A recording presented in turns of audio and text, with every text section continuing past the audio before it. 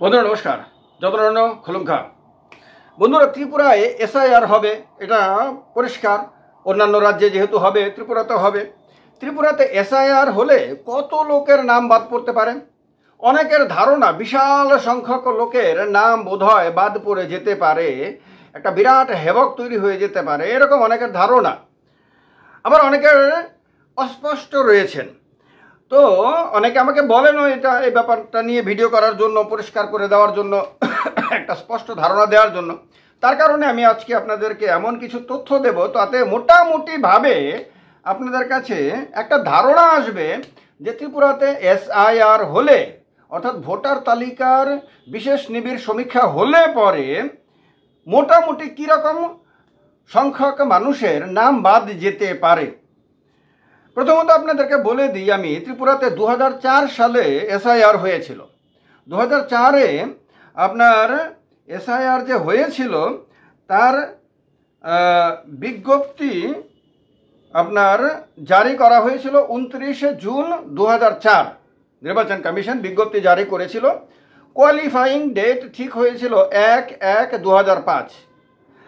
আর ত্রিপুরার সঙ্গে ওই সময়ে আসাম, মণিপুর, নাগাল্যান্ড, মেঘালয়, মিজোরাম, অরুণাচল প্রদেশ এবং জম্মু কাশ্মীরেও এসআইআর হয়েছিল।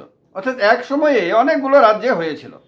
ওই সময়ে ঘরে ঘরে গিয়ে ইনিউমারেশন ফর্ম ফিল আপ করার জন্য 1 জুলাই 2004 থেকে 1 আগস্ট 2004 পর্যন্ত মানুষকে সময় দেওয়া হয়েছিল। সেই সময়ে বিএলওরা মানুষের বাড়ি বাড়ি গিয়ে ফর্মগুলো ফিল আপ করিয়েছিলেন। এবার কথা হলো যে এই যে এসআইআর হয়েছিল 2004-এ, তারপরে আপনার যে ভোটার তালিকা প্রকাশিত হয় সেটা হয়েছিল 2005-এর 3 জানুয়ারি। আপনার চূড়ান্ত ভোটার তালিকা প্রকাশিত হয় এবং ইন্টারনেট থেকে প্রাপ্ত তথ্য অনুযায়ী আপনার সেই ভোটার তালিকায় আপনার মোট ভোটার ছিল 21,30,299 জন। সংখ্যাগুলো খেয়াল রাখবেন। এবার কথা হলো যে 2004-এ এসআইআর হয়েছিল, তার ইমিডিয়েট আগে 2003-এ বিধানসভা নির্বাচন হয়েছিল। 2003-এর বিধানসভা নির্বাচনে ত্রিপুরায় মোট ভোটার ছিল 19,31,720 জন। খেয়াল করে থাকবেন ভালো করে। আর 2003-এর পরে 2004-এ আপনার এসআইআর হয়, তাতে 19 থেকে 21,30,299 জন। এবার এই যে 2005-এ ভোটার তালিকা প্রকাশিত হয়, তারপরে বিধানসভা আসে 2008 সালে। 2008 সালে মোট ভোটার হয় 20,38,001 জন, মানে ভোটার তালিকাতে 2008-এর বিধানসভা নির্বাচনে। এখন এই 2023-এ আমরা সর্বশেষ বিধানসভা নির্বাচনটা ধরি, 2023-এ বিধানসভা নির্বাচন। এবার 2023-এ বিধানসভা নির্বাচনে মোট ভোটার তালিকায় ছিল 28,24,928 জন। এবার খুব ইন্টারেস্টিং ব্যাপার, ভালো করে খেয়াল করবেন যে এসআইআর এর পর, 2004-এ এসআইআর এর পর বা 2005-এ এসআইআর এর চূড়ান্ত ভোটার তালিকা প্রকাশিত হওয়ার পর 2023-এর বিধানসভা নির্বাচন এই পর্যন্ত মোট ভোটার বেড়েছে 6,94,629 জন, অর্থাৎ 7 লক্ষ থেকে সামান্য কম। আমরা যদি মোটামুটিভাবে 7 লক্ষই ধরে নিই, তাহলে লাস্ট এসআইআর এর পরে এখন সর্বশেষ বিধানসভা নির্বাচন পর্যন্ত 7 লক্ষের মতন ভোটার ত্রিপুরা রাজ্যে বেড়েছে। এবার কথা হলো, যারা ভাবছেন যে বিশাল পরিবর্তন হয়ে যাবে, তাদেরকে আমি জানানোর জন্য বলছি, এখানে কারোর পক্ষে কারোর বিপক্ষে এরকম কোনো ব্যাপার নাই। কারোর নাম যদি অবৈধভাবে ভোটার তালিকায় থাকে তাহলে তার নাম অবশ্যই বাদ যাওয়া উচিত, এবং অবৈধভাবে কারোর নাম ভোটার তালিকায় তোলা উচিত না, এটা তো এই ব্যাপারে কোনো বিতর্কই হতে পারে না, এটা একেবারেই চরম সত্য। এবং ভারতবর্ষের নাগরিক না এমন কোনো ব্যক্তির ভারতবর্ষে ভোটার তালিকায় নাম তুলে অবৈধভাবে ভোট দেওয়ার অধিকার নাই। এই ব্যাপারেও কারোর সঙ্গে আমার কোনো মতভেদ নাই এ ব্যাপারে। কিন্তু আমি ফ্যাক্ট বলছি, যে ফ্যাক্টটা আপনাদেরকে জানতে হবে, তাহলে আপনারা একটা ধারণা করতে পারবেন। যে 7 লক্ষের মতন ভোটার বেড়েছে। এবার এই যে এসআইআর এর পরে যে 21,30,299 জন মানুষের ভোটারের নাম 2005-এর আপনার 3রা জানুয়ারি চূড়ান্ত ভোটার তালিকায় প্রকাশিত হয়েছিল, তারা তো সবাই ভোটার তালিকায় থাকবেন। এসআইআরে তাদের নাম তো কোনোভাবে বাদ দেওয়া যাবে না, যদি তাদের মধ্যে কারোর মৃত্যু না হয়ে থাকে। কারোর মৃত্যু হয়ে থাকলে এবং কেউ যদি এই ত্রিপুরা ছেড়ে ধরেন অন্য কোনো রাজ্যে চলে গেল, এরকম যদি হয় তাহলে তো তাদের নাম বাদ দিতেই হবে। অন্যথায় তাদের নাম তো বাদ দেওয়া যায় না। তারা যদি সুস্থ থাকে, তারা যদি ভোটার মানে এই রাজ্যে বসবাস করে এখনো, তাহলে তাদের নাম তো বাদ দেওয়ার কথা না, এবং তারা যদি জীবিত থাকে আর কি। তাহলে প্রথমেই 28 লক্ষ ভোটারের মধ্যে 21,30,299 জনকে আপনি আলাদা করতে পারেন যে তাদের নাম ভোটার তালিকায় থাকবেই। এরপরে যে 7 লক্ষের মতন ভোটার বৃদ্ধি পেয়েছে 2005 থেকে 2023 পর্যন্ত, 23-এর পরের তথ্য আমি এখানে দিচ্ছি না, 23 পর্যন্ত, তাদের মধ্যে তো নতুন ভোটার আছে প্রচুর। আপনার 2008-এর পরে 2009-এ যখন লোকসভা নির্বাচন হয় তখন কিছু নতুন ভোটার এসেছিল, ভোটার তালিকায় নাম তুলেছিল। তারপর 2013 সালে যখন বিধানসভা নির্বাচন হয় তখন আরও কিছু নতুন ভোটার ভোটার তালিকায় নাম তুলেছিল।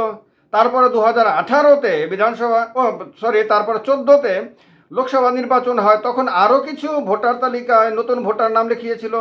14-র পরে আপনার 18-তে বিধানসভা শিক্ষা, সেই সময়ে আরও কিছু নতুন ভোটার নাম তোলে। তারপরে 2019-এ লোকসভা নির্বাচন, তখন আরও কিছু নতুন ভোটার অন্তর্ভুক্ত হয়। 2023-এর বিধানসভা নির্বাচনে আরও কিছু নতুন ভোটার অন্তর্ভুক্ত হয়। ফলে যখনই বিধানসভা ও লোকসভা নির্বাচন আসে তখনই নতুন ভোটাররা ভোটার তালিকায় নাম তোলে। এছাড়াও অন্যান্য সময়েও তারা নাম তুলতে পারে। নতুন ভোটার হলে 18 বছর পূর্ণ হয়ে গেলে পরে একজন ভারতীয় নাগরিকের অধিকার, গণতান্ত্রিক অধিকার, সাংবিধানিক অধিকার এসে পড়ে যে সে ভোটার তালিকায় নাম তুলে এরপরের ভোটেই নির্বাচনে সে ভোট দেবে। কারণ কখনো মিউনিসিপ্যালিটি ভোট হয়, কখনো পঞ্চায়েত ভোট হয়, কখনো এডিসি ভোট হয়, বিভিন্ন রকম আপনার স্থানীয় সংস্থাগুলির ভোট হয়, সেগুলিতেও তো তাদের ভোট দিতে হয়। ফলে বিভিন্ন সময় তাদের ভোটার তালিকায় নাম তোলার প্রক্রিয়াটা কিন্তু নিরন্তরভাবেই চলে নতুন ভোটারদের। তাহলে এবার যদি 7 লক্ষ নতুন ভোটারের মধ্যে মানে এই যে বেড়েছে আর কি 2005 থেকে 2023 পর্যন্ত, তার মধ্যে আমরা যদি দেখি মোটামুটি যদি অনুমান করি যে 3-4 লক্ষ বা 5 লক্ষের মতন তারা বৈধভাবে তাদের নাম তুলেছিল, তাদের বাবার নাম বা বাবা মার নাম এর আগের 2005-এর ভোটার তালিকায় ছিল, তাহলে তাদের নাম তো বাদ দেওয়ার সুযোগ থাকবে না। যদি কেউ এইটা এরকম হয় যে নতুন ভোটার হিসেবে ভোটার তালিকায় নাম তুলেছে কিন্তু 2005-এর ভোটার তালিকায় তার বাবা মার নাম বা দাদু ঠাকুরদাদা ঠাকুমার নাম, এদের কারোর নাম নাই, অর্থাৎ সে একেবারে রাজ্যের নাগরিকদের মধ্যে সে একেবারে নতুন, তখন সে ডাউটফুল ব্যক্তি হতে পারে। তো এই রকম লোকের সংখ্যা কতজন আছে? সর্বোচ্চ তো 7,23,000 পর্যন্ত আমি বলে দিলাম। এবার 7-এর তো চেয়ে তো বেশি হওয়ার কথা না। এখন 2024-এর লোকসভা নির্বাচনকে আমি এখানে কাউন্ট করিনি, এটাকে যদি কাউন্ট করি হয়তো 7 লক্ষ থেকে সংখ্যাটা একটু বেড়ে যাবে।